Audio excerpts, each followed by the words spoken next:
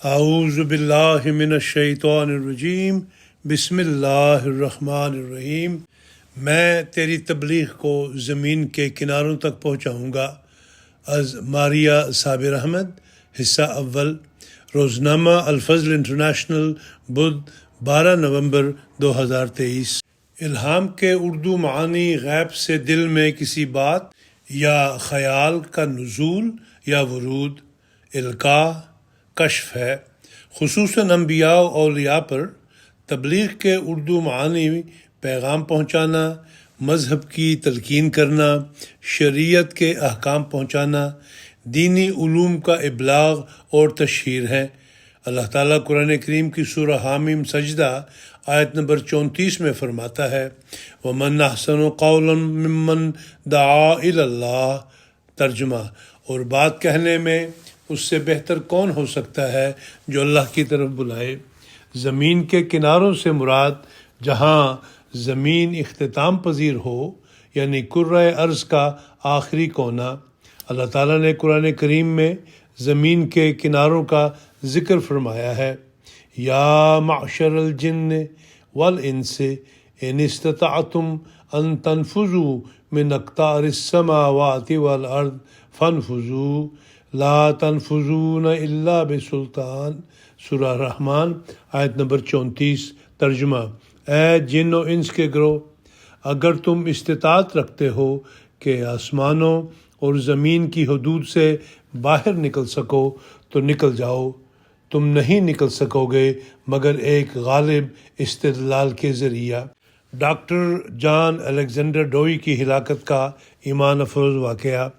حضرت مسیح موعود علیہ السلام اپنی حیات طیبہ میں کتب، اشتہارات، چیلنجز اور نشانات کے ذریعہ ساری دنیا میں تبلیغ کے لیے مسلسل کوشاں رہے۔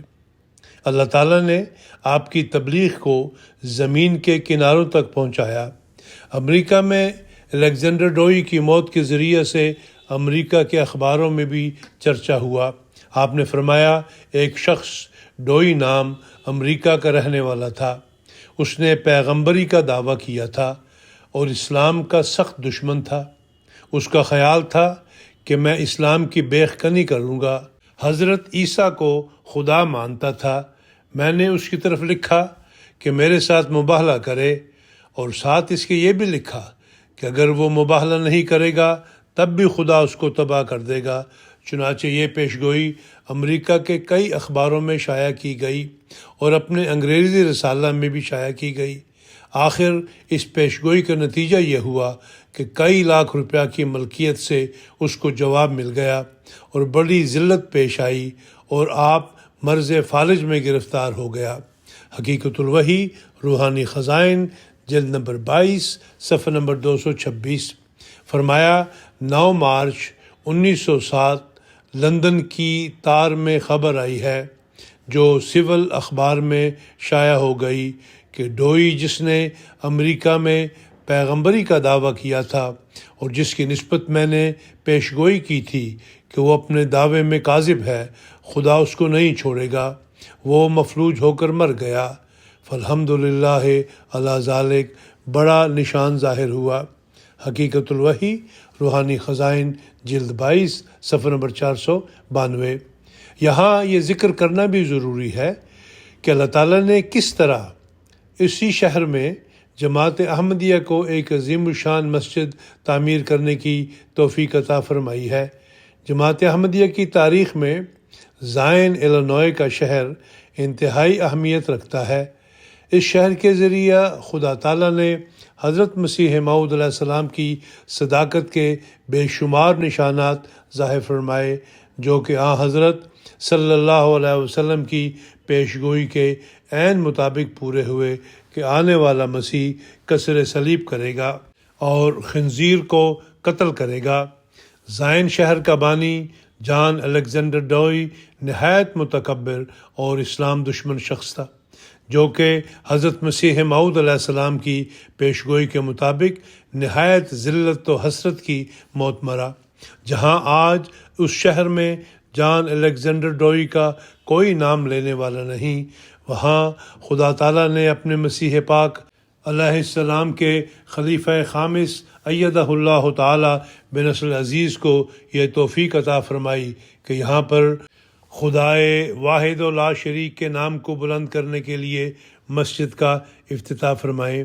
اللہ تعالیٰ کے فضل سے 10 جولائی 2021 کو مسجد فتح عظیم کا سنگ بنیاد رکھا گیا۔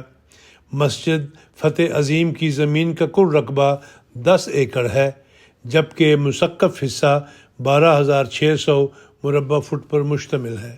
مسجد کے مرکزی ہال میں 160 سے 170 افراد نماز ادا کر سکتے ہیں۔ مسجد کے تہخانہ میں بنائے جانے والے ملٹی پرپز ہال میں 300 نمازی بیک وقت نماز ادا کر سکتے ہیں۔ مسجد میں داخل ہوتے ہی قریباً 1000 مربع فٹ کا نمائش ہال تشکیل دیا گیا ہے، جس میں زائن شہر کی تاریخ اور اس کے بانی الیگزینڈر ڈوئی کے عبرتناک انجام کے متعلق معلومات دی گئی ہیں۔ یہ مسجد یقیناً زبان حال سے حضرت مرزا غلام احمد قادیانی مسیح موعود و مہدی موعود علیہ الصلوۃ والسلام کی صداقت کی گواہی دے رہی ہے۔ کچھ ایسا فضل حضرت رب الورا ہوا، سب دشمنوں کے دیکھ کے اوساں ہوئے خطا۔ در سمین صفحہ 134۔ قرآن کریم کی اشاعت اور انسانی آبادی کے آخری کنارے۔ حضرت خلیفۃ المسیح ثالث رحمہ اللہ نے دورہ مغرب 1980 کے دوران فرمایا، خدا تعالیٰ کے فضل سے کیلگری میں ایک بہت ہی مخلص و فدائی اور مستعد جماعت قائم ہے۔